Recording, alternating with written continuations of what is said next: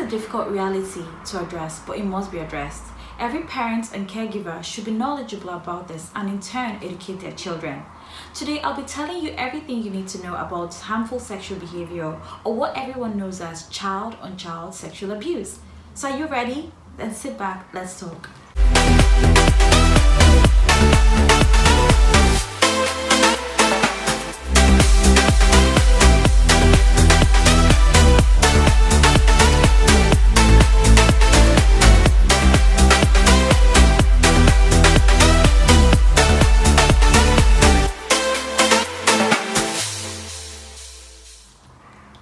Most of us are aware of the risk of child sexual abuse and have an understanding that most children are abused by a close family friend or close family member. But a topic we don't like talking about or are unaware of is that majority of children are abused by other children.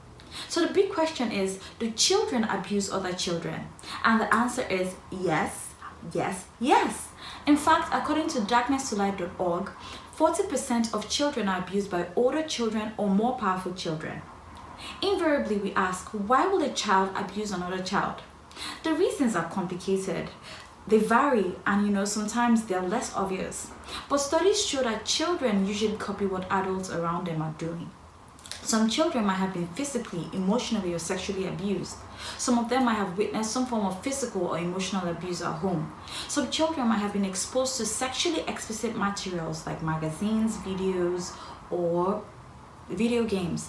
While some might just be acting out on impulse, based on impulse, without the intent to harm anyone, but consequently, they still harm the victim. Parents and caregivers should pay attention to worrying or concerning sexual or abusive behaviors in a child.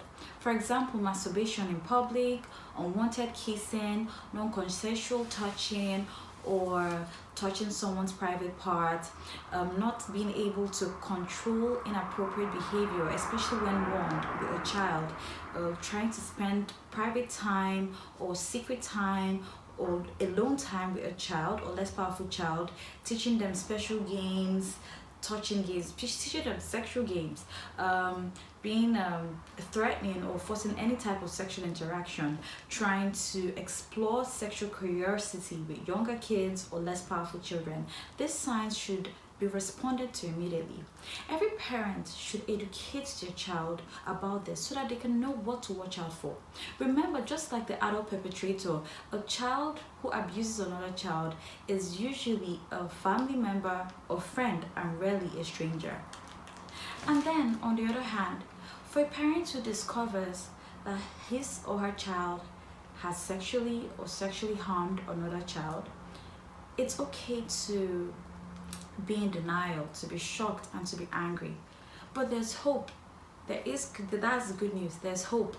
If you intervene immediately, if you get your child the help that he or she requires, that child learn skills that can help him or her control that behavior.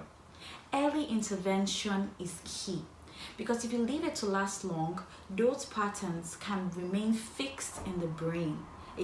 Those patterns, that behavior can remain fixed in that child, especially after puberty. For anyone who, after watching this video, realizes that, hey, I was actually abused by my friend, I was actually abused by that older kid next door, by my neighbor, I thought I didn't really understand what was going on, but now I understand. Or for anyone who probably knew before, there's so many reasons kids don't report. It could be because, they felt ashamed, they blamed themselves, they lacked an understanding about what was happening before, what had been done to them. It could be that the child felt a sense of protecting that friend, or they felt that, oh, if I report, this friend might stop speaking to me, or a threat that that friend might have made to the victim might actually happen. It could be that there are so many reasons. Some kids feel that, yeah, I enjoyed it, the way my body responded, I probably was okay with it.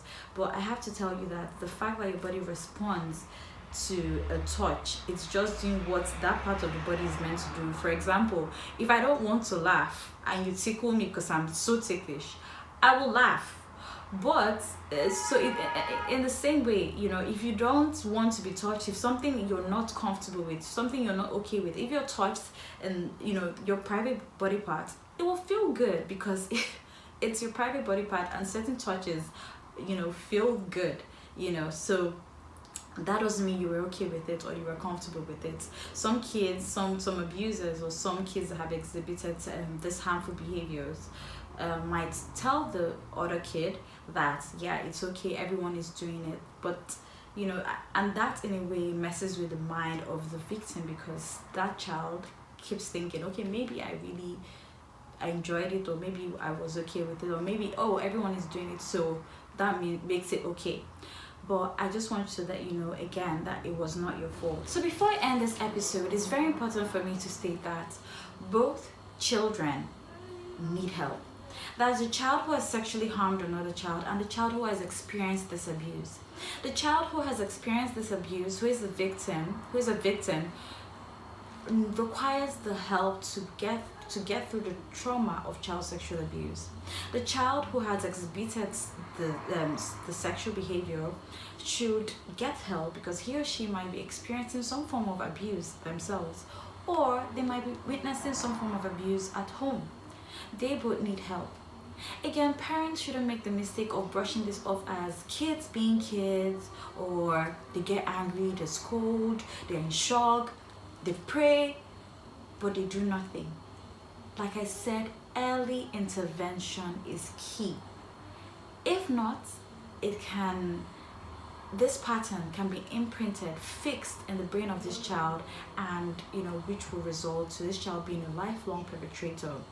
I also have to say that not every child who has displayed or who has exhibited sexual harmful behavior, or who has sexually abused another child, that child, it's not it's not certain that they're going to be lifelong sexual abusers. No, they must get the help that they need.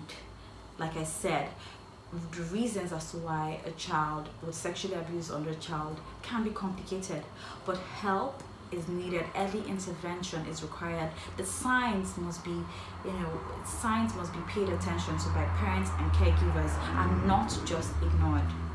I enjoyed this episode. Did you? Do you have any comments? Do you have any stories to tell? Is there any topic you'd want me to handle? Is there anything else you'd want me to talk about concerning this?